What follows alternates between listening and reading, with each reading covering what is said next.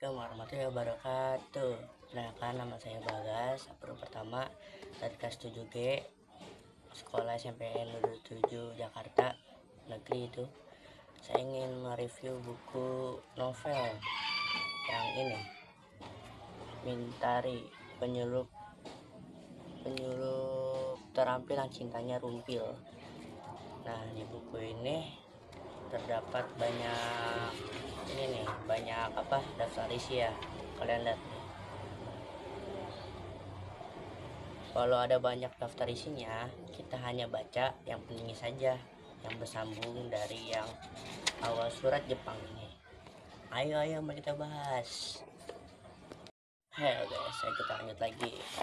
Jadi dari ini surat dari Jepang mengisahkan, jadi di atas pegunungan yang sejuk tuh, yang banyak banget bunga-bunga yang mengelilingi tersebut, terdapat kantor dan juga dinas yang bersebelahan.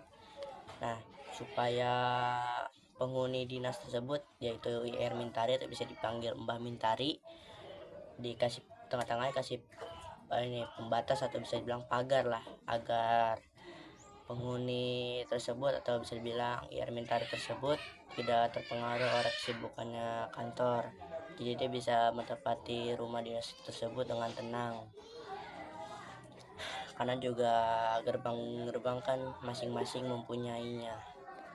Sabtu, siang Maret 1989, semua pegawai kantor tersebut sudah pulang. Jadi semua suasana di situ udah terasa lengang atau bisa dibilang sepi. IR Mintari, kepala penyuluhan pertanian. Dia menempati rumah tersebut belum berkeluarga. Jadi tempat rumah itu sah-sah saja sepi. Dia hanya tinggal selama setahun nih, dia hanya tinggal berdua saja dengan pembantunya, yaitu si Minul. Walau si IR Mintari sudah menjabat menjadi kepala penyuluhan pertanian, tetapi anak buahnya ataupun atasannya itu masih memanggil dia Mbah Mintari. Tidak ada satupun yang memanggil Ibu Tari. Dalam rapat-rapat dinas pun tidak ada yang memanggil gitu, karena kecantikannya dia terlihat seperti masih muda gitu. Kita kayak dia ibarat kayak umurnya udah mau tua nih, cuman dia masih cantik gitu, kayak tante-tante, tau kan ya, oke, kayak gitu dah.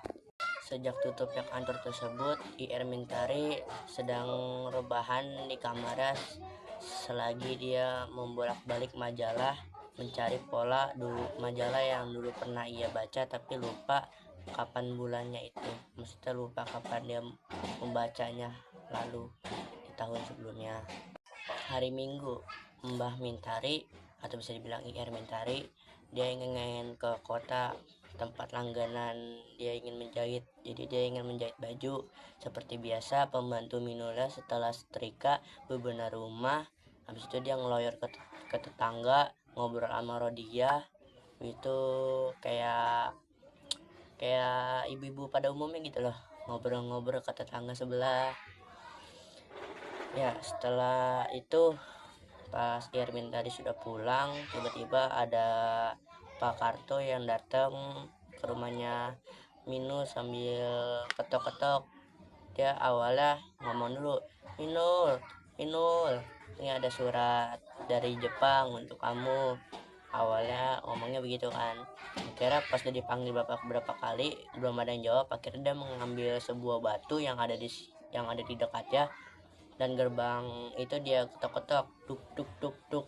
Suara keras itu membuat IR Mintari turun duluan, menyampiri keluar, dan dia seperti bingung, bukan bingung sih, kayak meladeni gitu.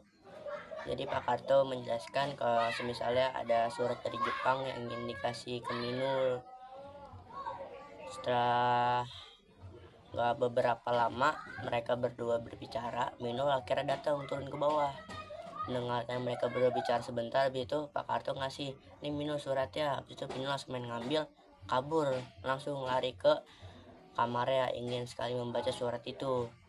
Setelah itu Pak Karto ingin pulangkan ke pos ronda gitu. dia ingin melanjutkan rapat buat nanti malam menjaga, kayak berjaga-jaga gitu di sekeliling tempat rumah yang ada di situ. Awalnya dia ingin, Pak Karto ingin ini kan pulang, tapi digoda dulu sama Yermintari. Pak Karto nggak mampir dulu teh ke rumah, minum dulu, istirahat gitu kan. Pak Karto ya menolak aja karena ingin rapat kan. Udah akhirnya Yermintari pun masuk ke rumahnya. Setelah masuk dia tiduran, lanjut membaca majalah, tapi dia merasakan hal yang sangat jengkel. Kayak ibarat ini ada yang kayak musiknya dia gitu loh. Kayak aduh kok kayak kenapa dia yang dikasih ya, bukan gimana gitu. Kayak ibarat dia dalam bahasa cewek tuh iri ya, iri. Jadi setelah dia bolak-balik, habis itu dia mencoba untuk tiduran, nengkurap balik sono balik sini, dia masih terasa jengkel kan.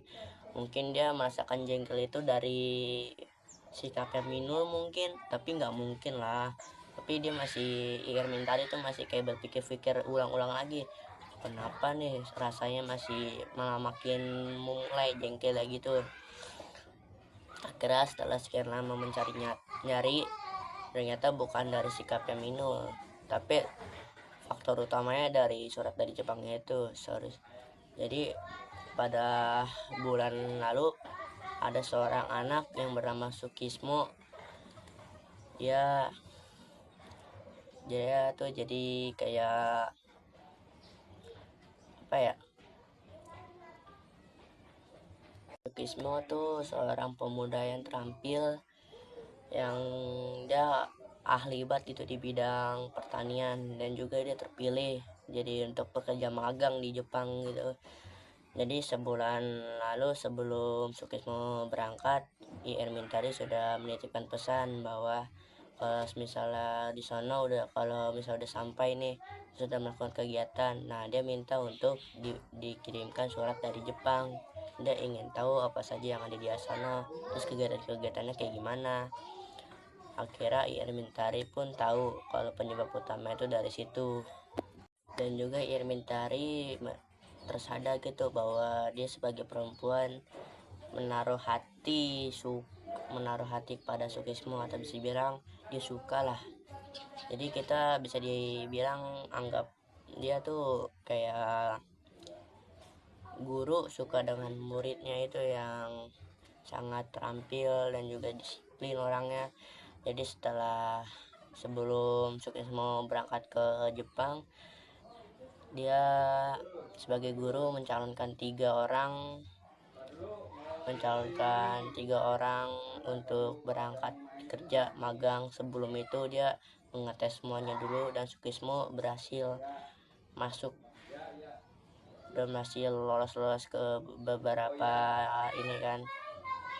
Dia kira ikut untuk kerja magang di Jepang. Seperti yang aku bilang, Sukismo kerja magang di Jepang karena yang tadi aku bilang tuh dia orangnya disiplin, terampil, dan juga kerjanya bagus. Kita bisa kita bayangkan kan, ternyata benar. Di buku tersebut dia menjadi ketua Taruma gitu, jadi kayak ketua pertanian tapi ini beda nama gitu. Sukismo terpilih menjadi ketua Karang Taruma karena dia bisa menguasai inilah kayak kepemimpinan. Jadi dia dipilih kayak ibarat kita sebelum jadi pemimpin kita dilatih dulu kan gimana, setelah dilatih itu kita dites. Nah kayak gitu kurang lebih. Dan di sini dilanjutkan dengan Sukismo kayak pertanian lainnya untuk sepakat setiap hari Selasa dan Jumat antara jam 2 siang sampai jam 5 sore Sukismo untuk datang ke balai dan diberikan pelajaran tambahan. Bisa bilang kayak kita dikasih tambahan pelajaran gitu biar bisa jadi ini. Di bawah bimbingan Irmintari, dan juga Irmintari melancarkan bahasa Indonesianya dia selama 3 bulan dilatih langsung oleh Irmintari. Setelah sekian lama dilatih oleh IR Mintari, Sukismo membuahkan hasil. Dia pintar dalam pidato, atau bisa dibilang jago lah dalam berpidato di situ.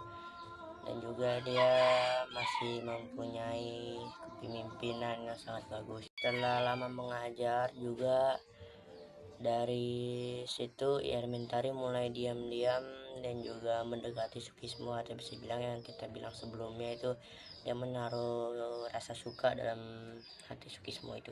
Pak disadarin juga setiap latihan di hari-hari itu dia merasa juga kalau bahwa dirinya kayak menunggu seseorang dengan kayak pada orang umumnya gitu, kayak nungguin teman kalau nungguin pacarnya gitu.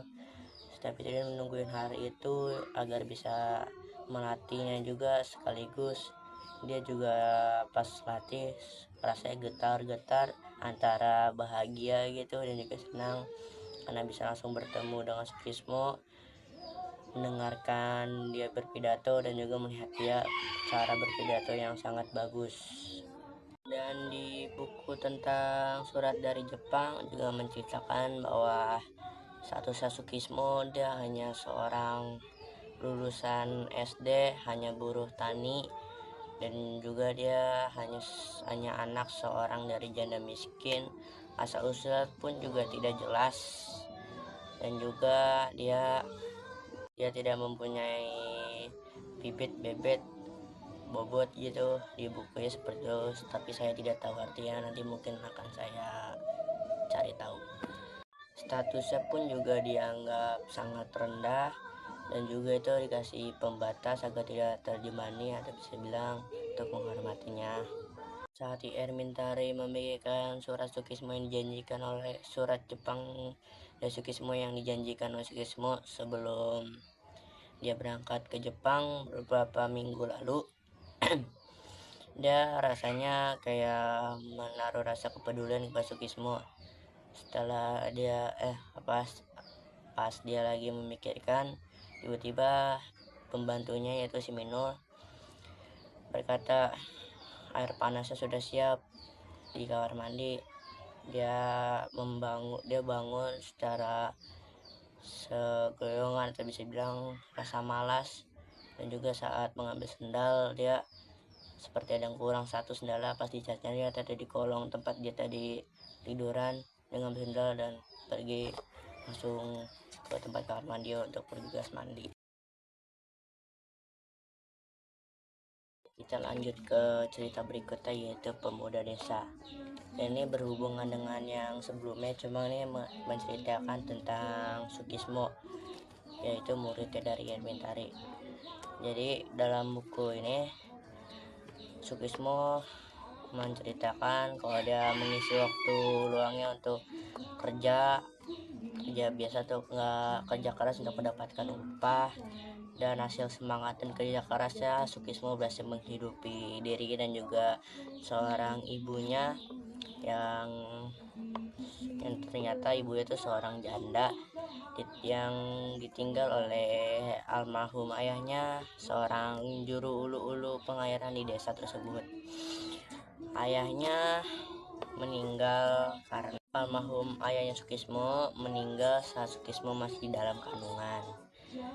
Jadi setelah ditinggal pergi oleh bapaknya, ibunya Sukismo menutupi kehidupan tersebut dengan mencari kayak pekerjaan gitu untuk mendapatkan upah dari hasil keringatannya, menjadi pekerja tani dan juga kayak kerja mengurus seseorang yang sedang sakit gitu.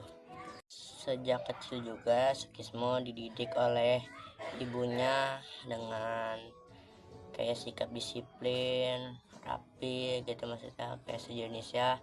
Dan juga dia selama masa hidupnya waktu masih kecil bersama ibunya tidak dimanja-manja, selalu dia sangat rapi, udah kayak disiplin gitu dah pokoknya.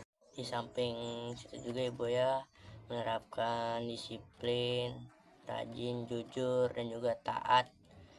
Dia menaruh semua sikap itu kepada Sukismo kecil, dan juga moral pendidikan yang dia percaya bahwa moral itu akan lebih baik dari sebelumnya. Jadi walaupun misalnya kita bisa melihat dari ibunya ini, walaupun ibunya seorang janda miskin, tapi dia masih memiliki akal gitu, masih bisa menghidupi anaknya walau dia seorang janda, masih bisa mendidik anaknya dengan sebisa mungkin, dengan hal-hal yang mungkin ia menurutnya itu lebih baik, ya kan. Dan juga di sini kayaknya ada hal buruk, soalnya kan ibunya nggak bisa membiayai lanjut untuk dia sekolah SMP di kota. Dia hanya bisa tamat sekolah SD di desanya. Setelah dia tamat sekolah SD di desanya, dia langsung berpikir dengan cerdas gitu, langsung membantu ibunya bekerja seperti dia kayak mencari pekerjaan lain gitu, untuk membantu ibu juga menghidupi ekonomi mereka yang sedang kurang. Dia juga mencari pekerjaan, dan juga dia kayak menawarkan, disuruh-suruh oleh Pak Lurah dari desanya tersebut. Selagi dia masih ada luang waktu nih, dia tidak ngapa-ngapain, dia kayak belajar mengetik gitu, terus menulis dengan kata yang benar. Itu untuk dia mengisi luang waktu yang kosong. Suatu saat di desa Sukismo tinggal terdapat proyek pelayanan terpandu, atau bisa disingkat seperti kayak posyandu gitu, bertujuan untuk mengasih tambahan bergizi. Kayak sekarang ini kita MBG gitu kan, kalau sekarang kan MBG, dulu kayak posyandu gitu, tempat pos yang mengasih gizi untuk balita. Saat itu juga Sukismo disuruh oleh Pak Lurah untuk berkarang di balai desa tersebut yang terlantar berbagai buah-buahan dan juga sayuran. Di buku ini juga kita terkejutkan juga dengan dugaan yang di luar dugaan kita, maksudnya gitu.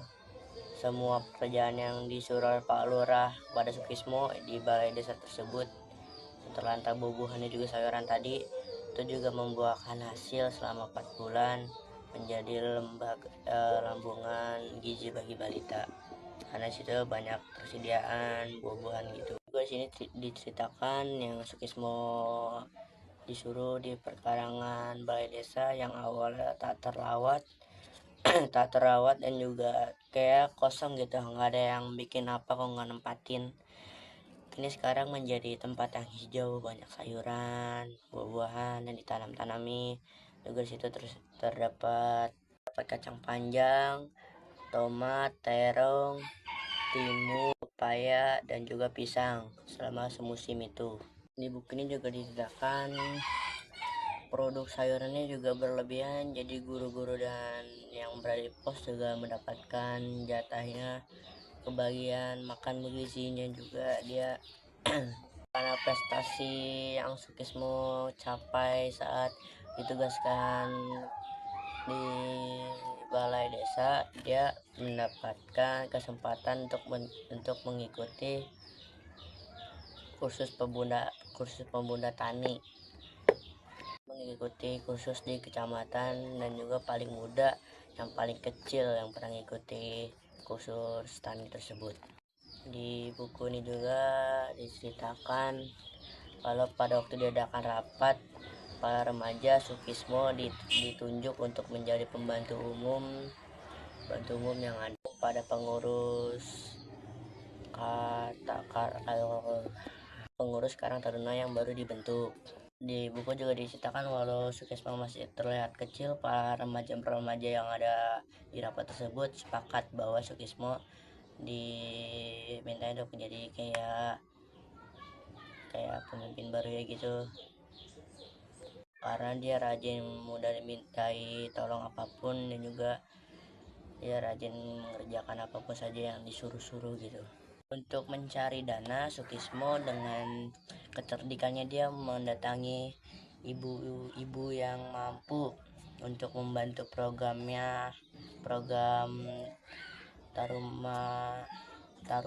tarunanya itu. yang untuk membantu anak-anak remaja yang menjadi anggotanya tersebut yang ada di sana. Sukismo itu menjalankan itu ternyata itu sangat strategis gitu.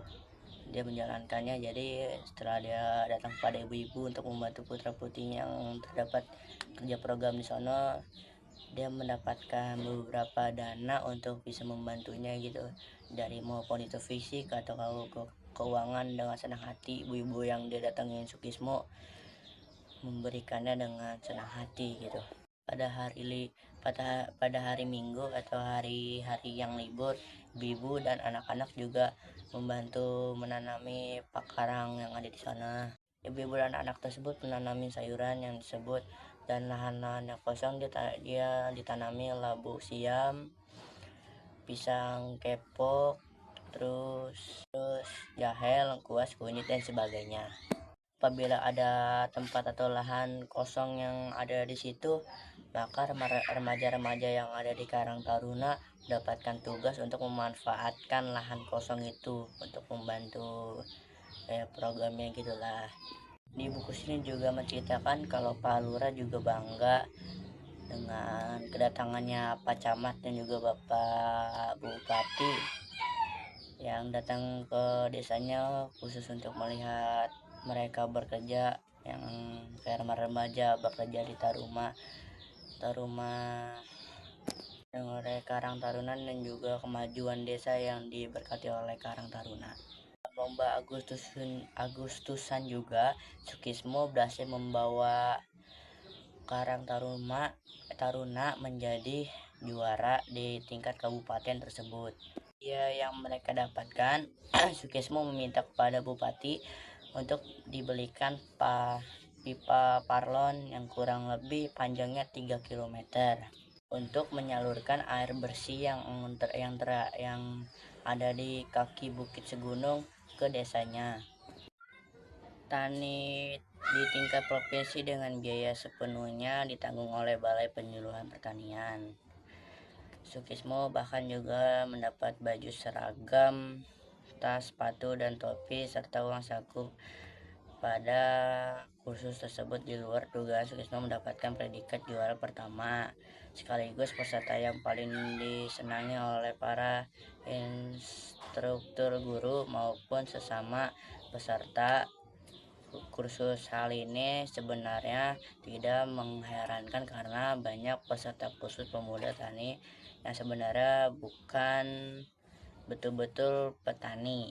Jadi dia kayaknya emang bukan ahlinya gitu betul-betul di pertanian.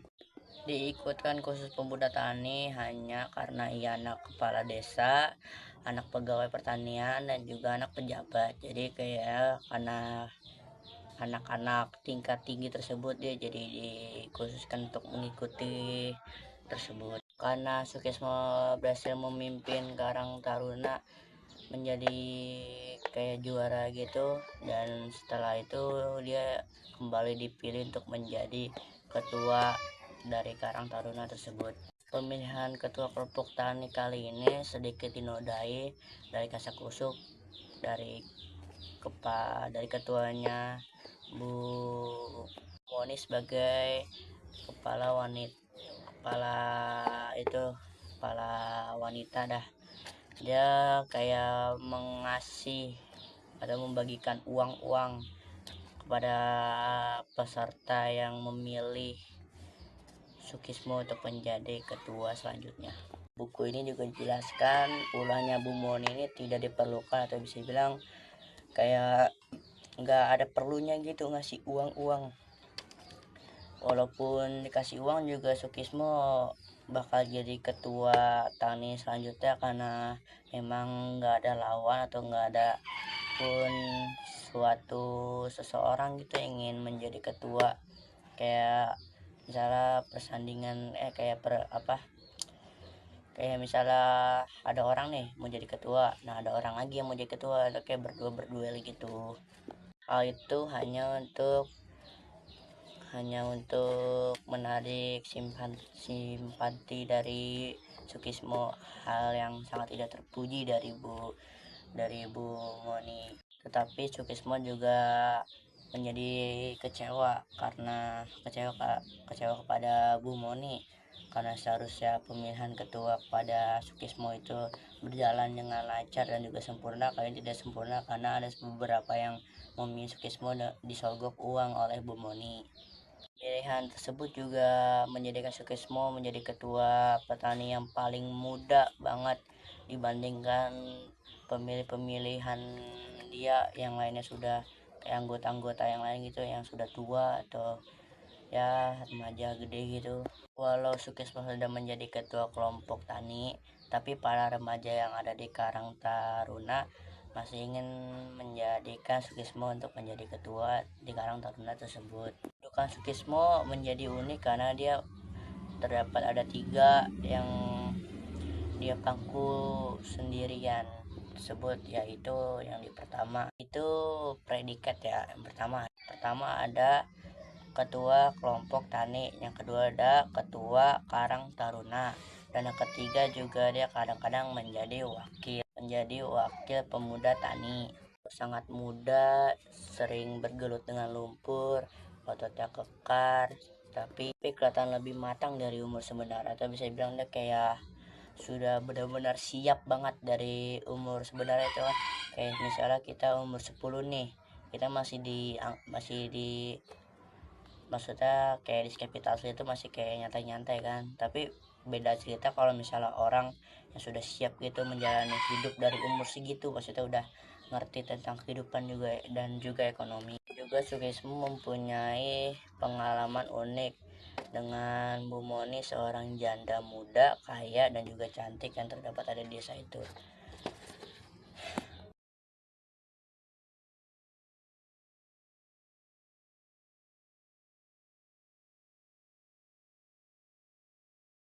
Wah, ini kalau bisa kita bilang kita mari sinopsisnya dari kekurangan sama kelebihannya itu. Kalau dari surat dari Jepang, kelebihannya lumayan bagus ceritanya, dan juga tokoh-tokoh itu unik kayak Ir Mentari, Pak Karto, Sukismo, dan juga Minul. Apalagi Minul yang masih kurang jelas sama identitasnya, yang kelakuannya masih belum kita ketahuin. Kekurangan dari surat dari Jepang tuh dia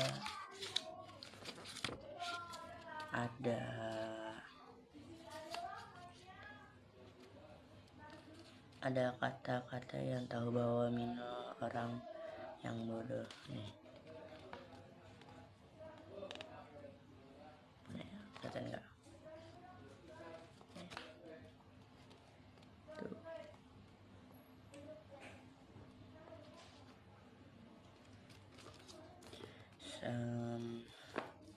Apa sih masukin gitu, cuma kayak kurang ramah dikit.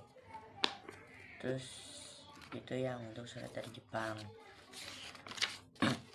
Kalau pemuda desa dari yang ceritanya Sukismo ini lumayan bagus, sama ceritain tokoh Sukismo yang sebelumnya dari surat Jepang dia bagus kan ceritanya tuh. Habis itu dan juga dia lumayan jadi ketua tuh, dia megang 3 kalau misalkan tadi.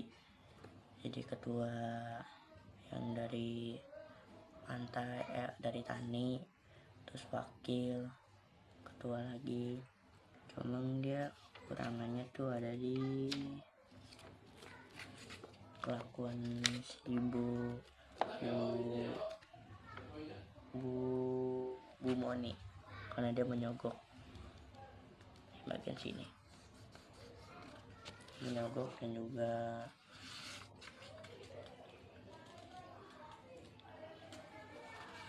bukan apa saja deh.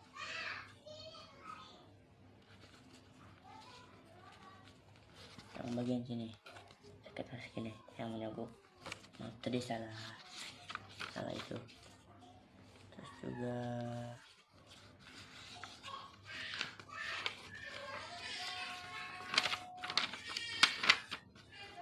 Udah sih, itu aja untuk kekurangan dan kelebihan dari buku ini. Saya cuma membaca 2 karena sisanya tuh lebih dan juga panjang. Saya ngambilnya dari yang berhubungan dengan surat dari Jepang, pemuda desa. Kalau ada hal lainnya nanti kalau bisa ada lagi tugas, saya bikin lagi yang lainnya. Oke. Dan sudahlah, kita membaca dari ini Mentari. Itu saya membaca 2 berhubungan dengan surat dari Jepang ya. Sekian hasil review buku Mentari ini dari saya, Bagas Saputra Pratama.